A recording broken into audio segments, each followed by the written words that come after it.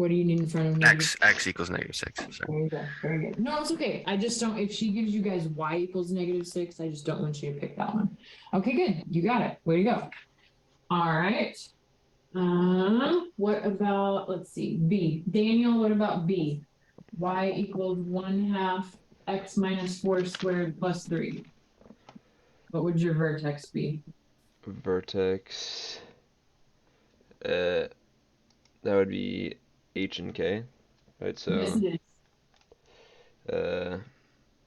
that would be -4 and 3. Almost.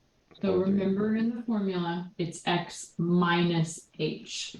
So your h is actually just Okay. Yeah. 4. Is that okay? Yeah.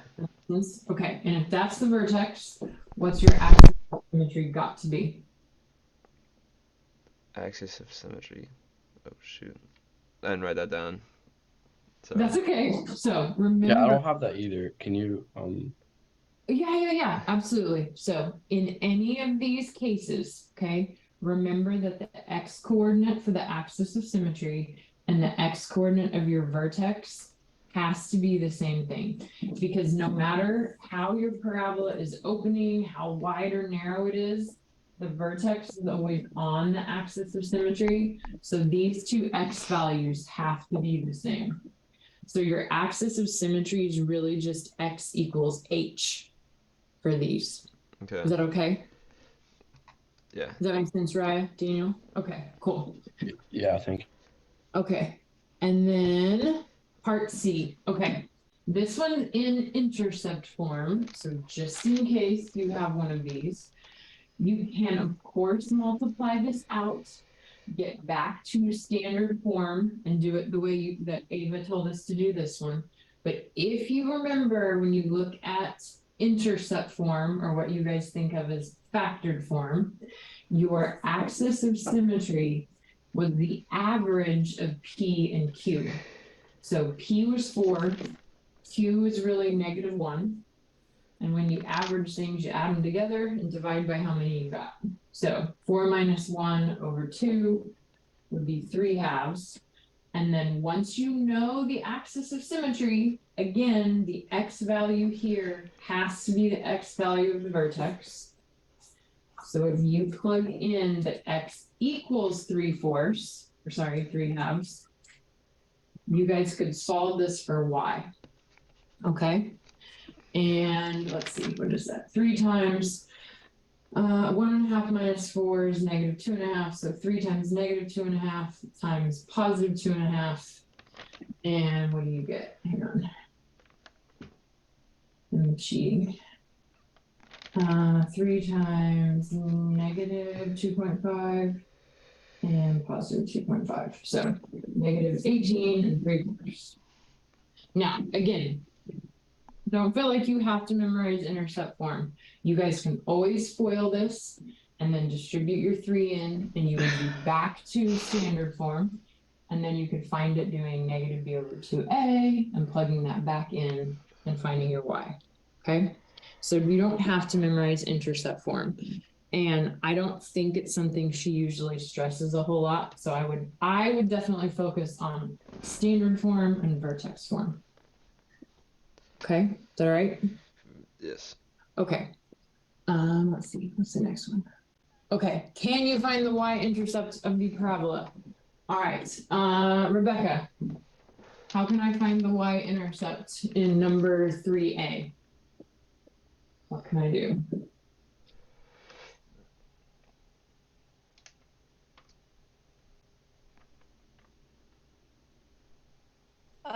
I'm not sure. Just plug in 0. Oops, y-intercept. How do you always find a y-intercept? Always, always, always. X equals 0. Good. Plug in x equals 0. So this is going to become y equals 1/2 0 minus 4 squared plus 3. So just literally plug in that x is 0. Then this is really -4 squared. So what's -4 times -4?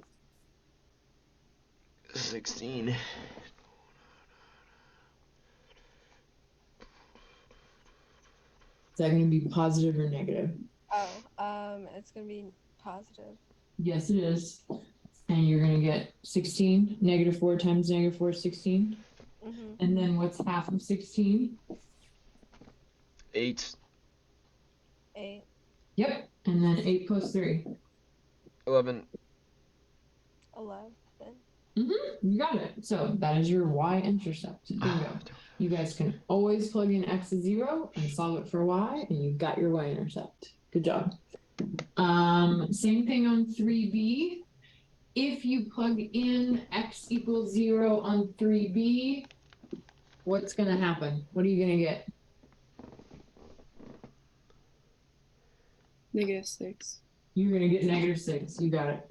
So again, whenever you are in any of these forms, you guys can always think to yourself, I'm going to plug in the x is 0 when I want to find the y-intercept.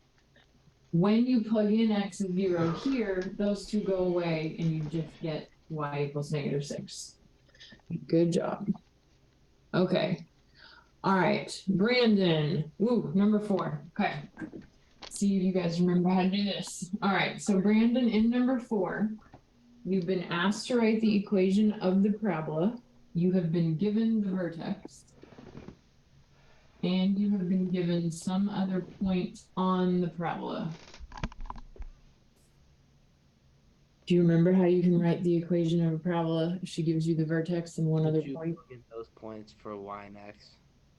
The 2, -3. Yes. What form do you want to plug into? What's Okay. going to be easiest? Is it standard?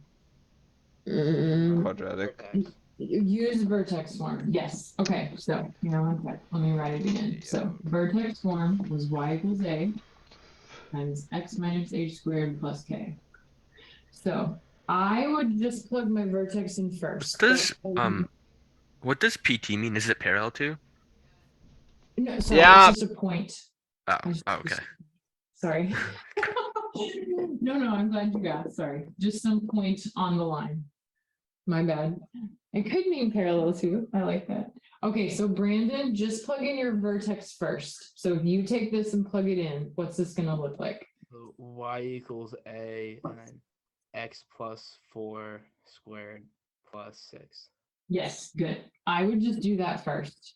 Now you can plug the point in. And how are you going to do that? So then 6 equals a. Hang on. Would that be 6? Mm, Oh, I'm -3. There you go. Use the y value of the point. Yep, good. So -3 equals a, and then 2 plus 4 squared, and plus 6. You got it. Very good. So you know h and k because you have the vertex. And then if you plug in x and y, the only thing you won't have is a. Okay, good. And what am I going to get here? 36 plus 6. Okay, good. And then what do I do next? Subtract 6, Yep. and then divide by 36. All right. So what is your a? So, is that just 4? Or no, it can't. It's just. Would you have to simplify the 9 over 36? Yes, you can. Yes. What goes into both of those? 3. So 3 over 12, and then. Yeah, it's 1 over 4, 1/4. Okay, good. Now, once you have A, just go look. Your test is multiple choice. So you had your vertex plugged in right here. You'd want to find the equation that had that vertex and then that value plugged in for A. And that would be your parabola. Very good. So again, that one's kind of a classic problem. If you're given the vertex and one other point on the parabola, plug the vertex into vertex form first. Then take your x and y point and plug that in for x and y, and that will let you solve for a, because that'll be the only thing you don't know. Then once you know a, just take a and plug it back in, and that's the equation of your parabola. Very good. I have a question. Yes. So say you plug that into a calculator and graphed it, what would it look like? Would it just If look like a you- normal parabola? If you plug this in, Yeah.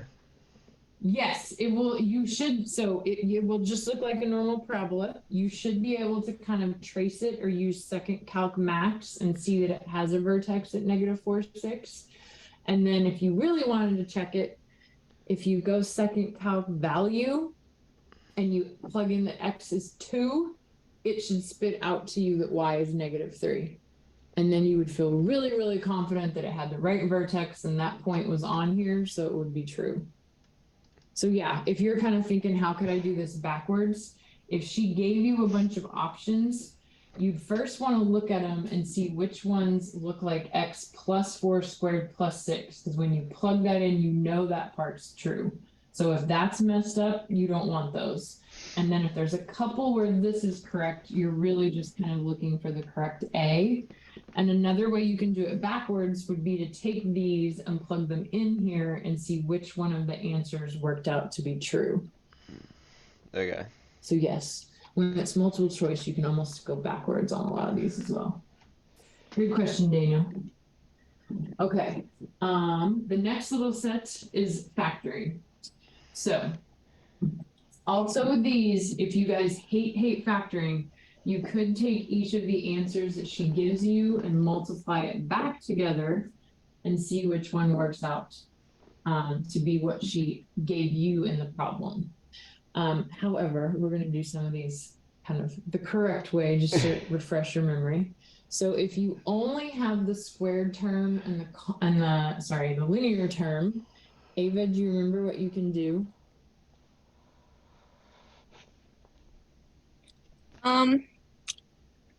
No, I don't remember. That's okay. What's the greatest common factor of both of those? 5. Yes, and is there a variable that you can take out of both of them? No, 5x. And when you take that out, what do you have left? X minus 4. You got it. Very good. So if all she asks you is how does this factor, that's it. Okay. If you're supposed to solve and find the x-intercepts, remember when we want x-intercepts, we make y 0. So if this times this was 0, do you remember what your two solutions were?